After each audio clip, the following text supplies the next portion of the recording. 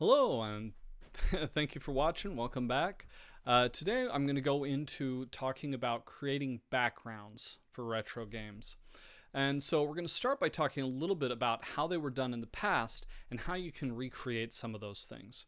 So the first thing I'm going to do is talk about powers of two. Now these come into play anytime you're creating digital art for video games and other types of systems. You need to make sure that your textures are powers of two because of compression and other reasons like that. But there's a reason that most of the time when we talk about formats for textures, we are talking about powers of two. Now, for systems like the Nintendo Entertainment System, they had to do all of their backgrounds on sprites, on little tiles that were 8 by 8 pixels, and in some cases 8 by 16 pixels. And so if you're not sure what a power of 2 is, think of 2 multiplied by itself a certain number of times. So when I say power of 2, that's what I mean. So for example, 2 times 2 is 4, 4 times 2 is 8, 8 times 2 is 16, 32, 64, 128, 256, 512, 1024, 2048, and so on. Those are powers of 2. So for the NES era, we're looking at 8 by 8 or maybe 8 by 16. For the Super NES system, you would be doing textures that were 8 by 8, 16 by 16, 32 by 32, or 64 by 64. And you could have some combinations. I believe it was up to 2 combinations at a time, but you couldn't do all 4. And so you needed to make choices about what you were actually doing with it. So that's the resolution we're working at. So if you're trying to do a retro game, it helps if you look at the systems that you're trying to re-image in the size of, and then look at what their limitations were for what their tiles could be for the backgrounds, because that will make a difference on the style and the appearance of your game as you're trying to recreate this. So for an example, I've decided to use this. This is some sprites that were taken from Final Fantasy VI. Once again, this was Final Fantasy III in the US when it was released, but it was actually number 6 in the series, so it's Final Fantasy VI. And this is somebody who has taken and copied this from the game. This is not how the tile sheets would have looked as they went in, but it gives us a good idea of kind of what they had and how they were putting it together. It gives us some of the breakouts for these tiles.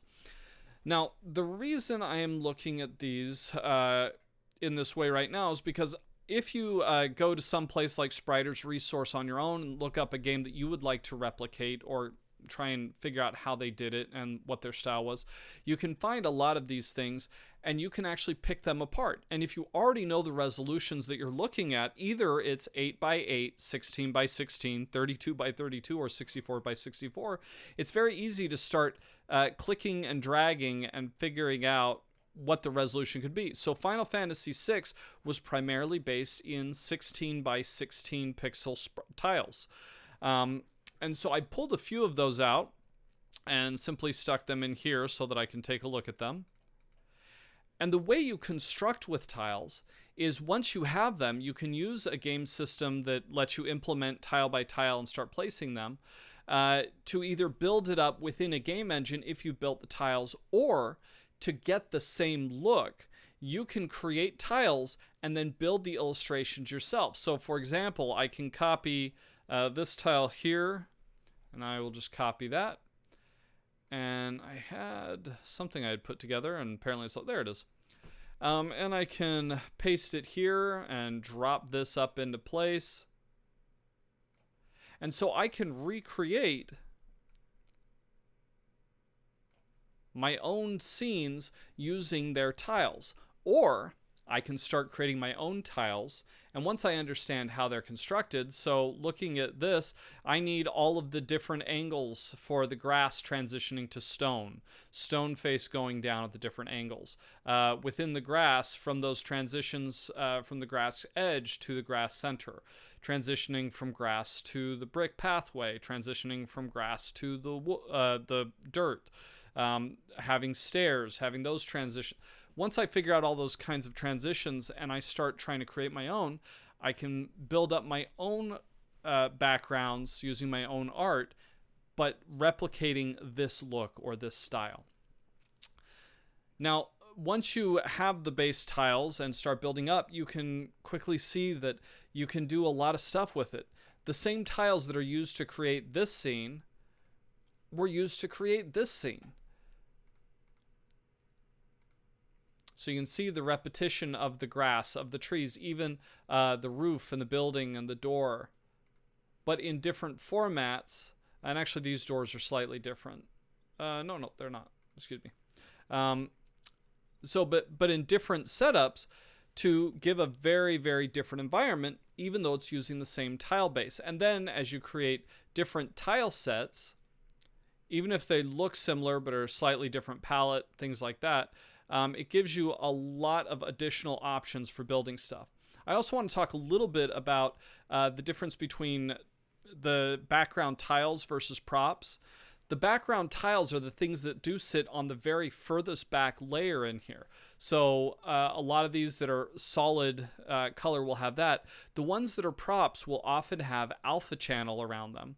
So they will be like the character, so like this torch or the fence or the tree and stuff here will have an alpha channel, and that way you can set it up as a prop. So this week, play around and just focus on just trying to do the backgrounds, but keep that in your mind. We'll reapproach the props at a later time.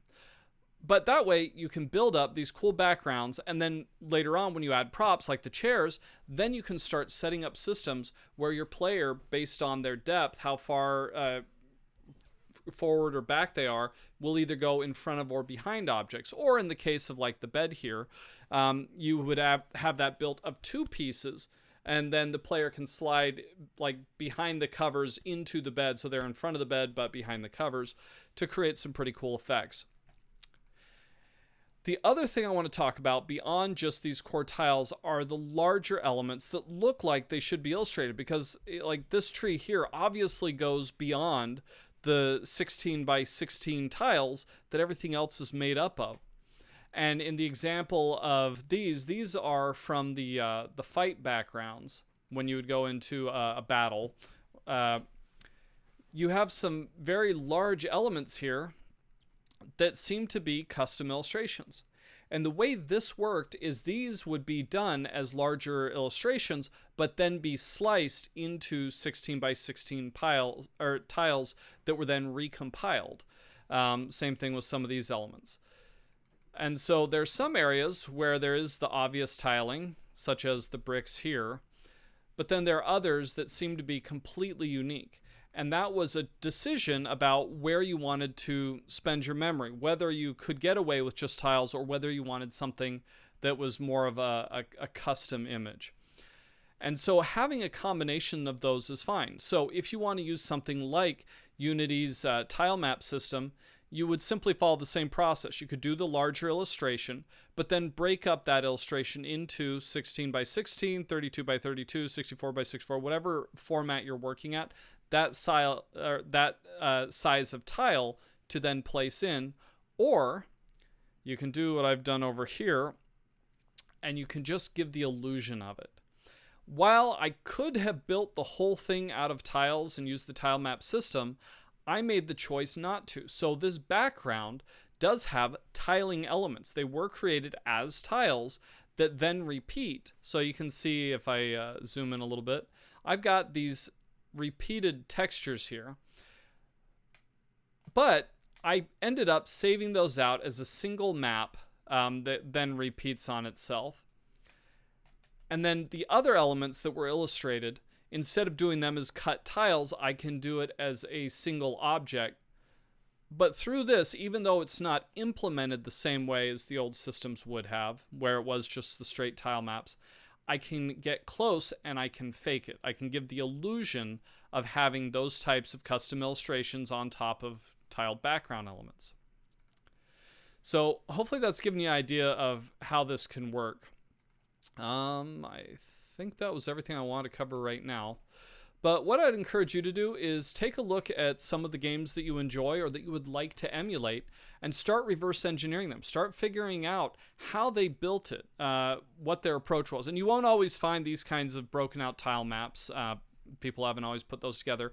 But just take screenshots of some of those games and start trying to break it down. Figure out what the resolutions were, maybe how they created their individual pieces, what their tile map sets might have looked like, and then start playing around with it. Even if you're not going to implement it in a game engine, but you're just trying to get that look, start building some tile maps at those power of 2 resolutions, and then start putting them together to see what you can come up with, and have fun playing.